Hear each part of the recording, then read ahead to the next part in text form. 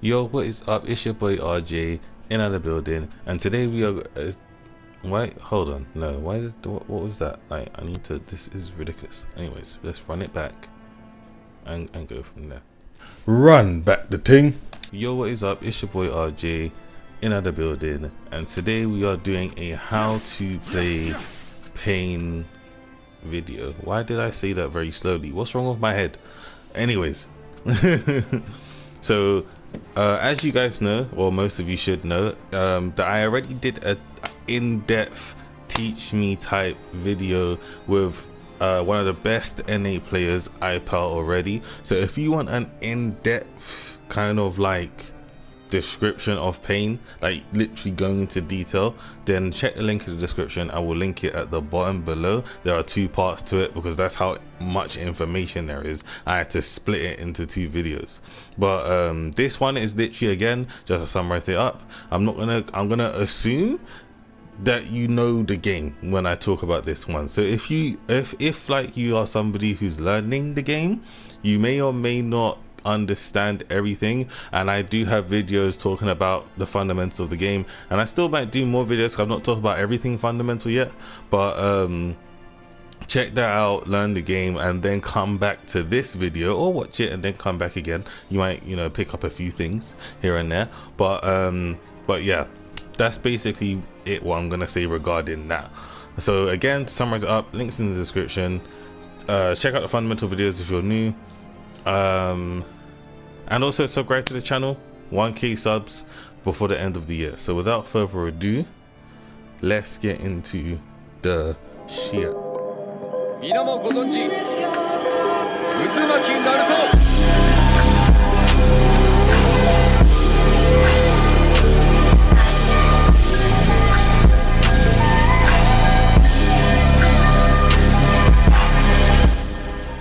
Alright, so let's start off with Pain's neutral. So as you know, Pain is a very all-rounded character, right? So there isn't really one clear line of how to play Pain. Like, I can tell you how I play Pain, or even how others play Pain, but Pain is so all-rounded that there isn't really one clear fundamental of this is how you play Pain, because that's how well-rounded he is. So what I'm going to do in this video is I'm going to talk about his assets, and I'm going to talk about how you can abuse that so you can create your own fundamental and how to play him, right?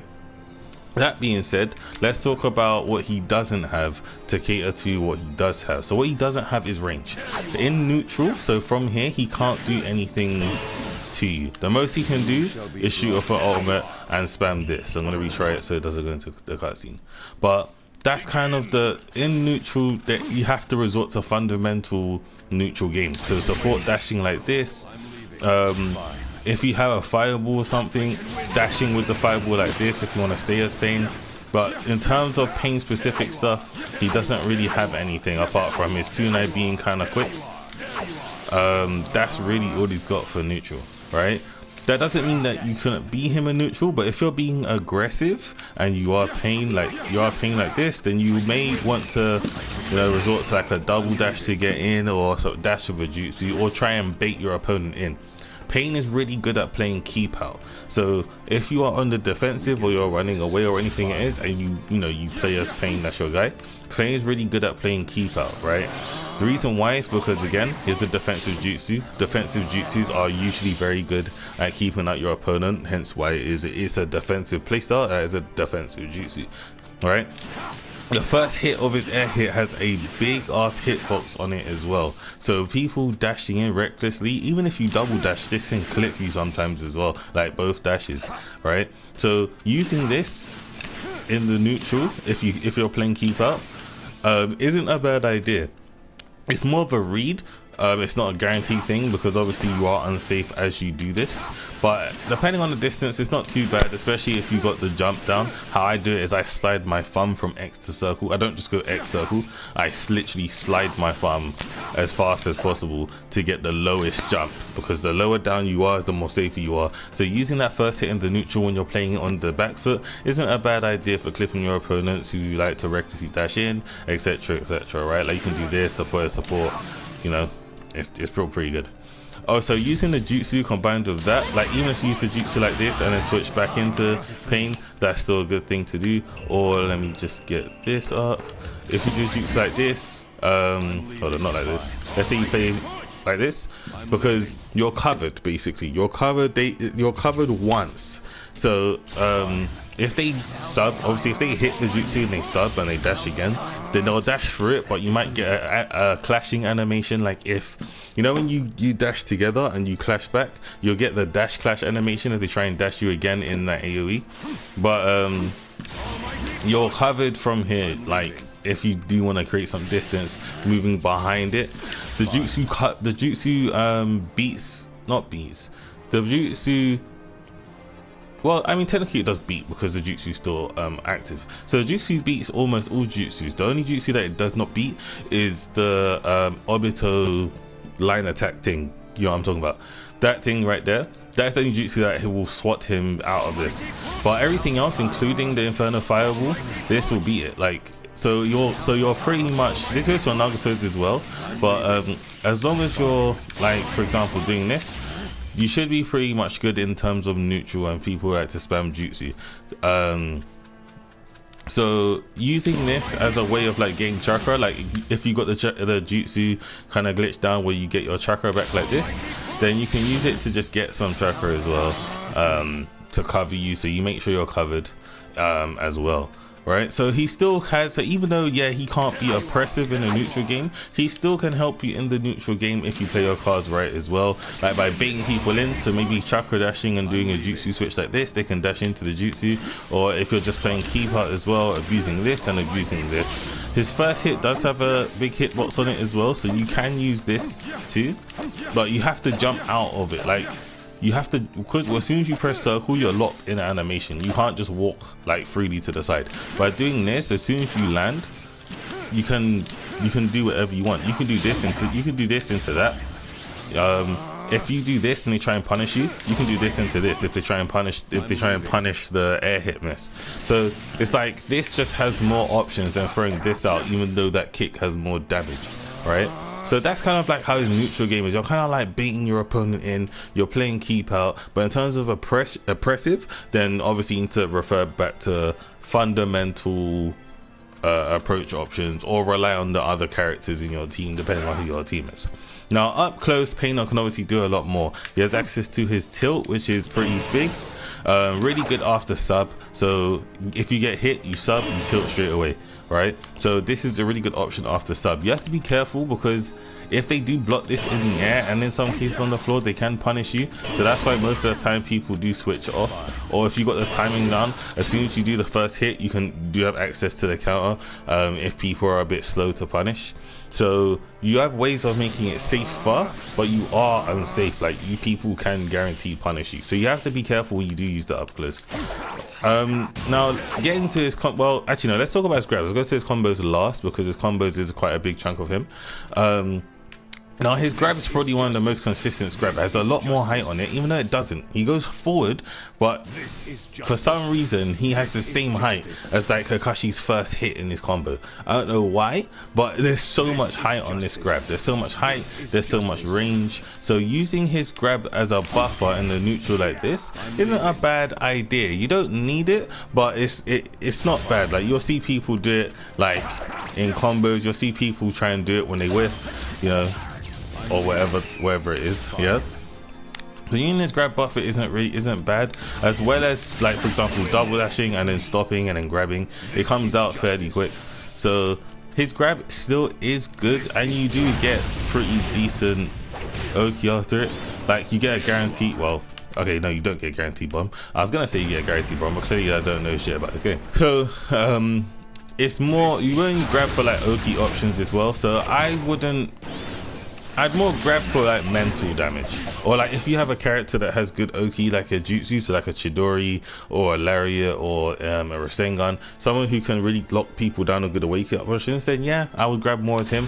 But apart from that, I'd mainly grab for just mental damage. Like it's annoying, like people just seeing this all the time, they might get jarring, and then you know the psychology of it. But in terms of the grab itself, this is justice. Unless you have a team with good Oki, then or you know, you got good fundamentals regarding Oki, like for example you can ninja dash like this, you can place the double dash on wake up for example, then by all means go for it if your opponent doesn't know how to deal with that. Now leading to his combos, which is obviously the main part of it, he is very safe in his combos, so I would these first 4 hits I would delay. These, like, not all the time, but I'd mix up the timing, like, you know, delay the first 2 hits, delay, you know, do the first 3 hits, delay the last hit, or delay the first 2 hits and then do the rest normal, you know, like that's how that's mixing up the timing, because people like to tilt between combos, so mixing up the timing can catch people off guard regarding that. If you this is good on block and this is good on hit as well, by the way. If you do want quick damage, again, you resort to the art combo, and people like to dash after this because you can recover. People can recover and they like to dash. So as soon as I get the art combo, I get my counter ready. I can't show it now. I get my counter ready. As soon as I see blue sparks, I'll just counter switch like this, because then if they dash you, you hit the counter, you switch, and then you can go for a punish, right? Because a lot of people who are aggressive, or let's say the time's running out and they really need to get to you, then that is when you can obviously apply your counter switch, and then you know, you can go straight for the counter attack. So his up combo is really good to bait aggressive people. Like if you know somebody is overly aggressive, then the up combo is a pretty good combo to use as well. So that being said, that is also really good. And what I would do is I would use, if you're trying to like just get continuous damage, then you can just do the art combo into jump dash. So obviously you jump dash to save the chakra, like so you jump and you dash in, you can keep going. It's not fancy, but if you're trying to win, you're just trying to be competitive, then you know it's still quick damage, because that chunks go again. See, 2 cycles, you're at half health, do you know what I mean? Rather than doing the down combo, because down combo can be a bit long. So the art combo to jump dash is a really good way to get a quick damage with him. So if you do catch somebody on no subs and you got some chakra to waste, then obviously you can do that. If you don't have any chakra to waste, then I would get this down right here. If you have switch, if I can get it down. If you have switch like this, because then that costs no chakra, right? And especially if you have, for example, the item set that you say you picked pain first. Down pill, boom. You see what I'm saying? Like, you get added on damage as well, so it's a good thing to use if you have no chakra. That getting that down allows you to not only switch, give yourself the extra stun. Let's say you got an ultimate ready or nothing, or jutsu or whatever it is, then it's still useful to use in my opinion. So that's something that you also want to get done as well. The main thing that I would say, stressing over it, is be unpredictable with your jutsu. Don't always go for the combo. Sometimes going for 3 hits into jutsu, which is a combo, right, it's really good at baiting out sub trapping your opponent, you know, doing 1 hit into jutsu like this, or dashing up and then dashing up, and instead of doing a hit you do a jutsu, you know. So instead, boom, like this, you know. Be unpredictable with your jutsu when you're being aggressive, because people, when people dash, usually they will dash into the jutsu and then they will sub after they get hit. So they will firm the damage of the jutsu and then sub it, right? So you can get off, you'll be surprised, you can get off so much damage with people running into this jutsu and wasting a sub. So you've chunked, because jutsu does damage, like it hurts, do you know what I mean? So you got the damage to the jutsu and you got a sub. So being unpredictable with this, as well as it giving a strike back, and you still get your wake up options as well. Milk out, don't always go for combo damage, go for jutsu, like spam it, abuse it. When you get in close, abuse that. So that's what I would say regarding him as well. If you can awaken.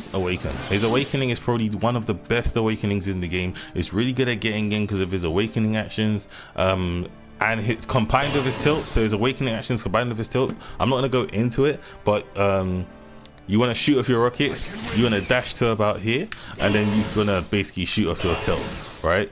Now in the teach me video, there is a way where that you can get around that, and it is really annoying, but it becomes more of a mind game once you understand. I'm not going to go too deep into it. I'll just recommend watching that teach me video. But if you do successfully hit the tilt, they use the other awakening action, which gives you the red shield, because then you'll tilt into it, you'll get an extra stun, and then you'll be able to continue again or tilt again or whatever you want to do, because this tilt is super big, right? So alternative awakening, if you want to get your awakening off, I would definitely learn that way, because you can get off so much damage in like so little seconds. It is crazy. If you master that, you're going to beat up a lot of people in the awakening state. And if you get used to using the other stuff that I mentioned combined with your own style, because Pain, again, anybody can use Pain. You're so well rounded, anyone can use Pain. That is exactly what you want to do. So this has been RJ. I hope you guys enjoyed the video. There is a lot more to Pain that I can talk about, but again, that is what the teach me video is for. Everything you want to know about Pain that I have not covered will be in that video. So I hope you guys enjoyed the video. Please make sure to give the video a like. Again, trying to hit 1K by the end of the year. It's been your boy RJ. Peace, sayonara, and adios.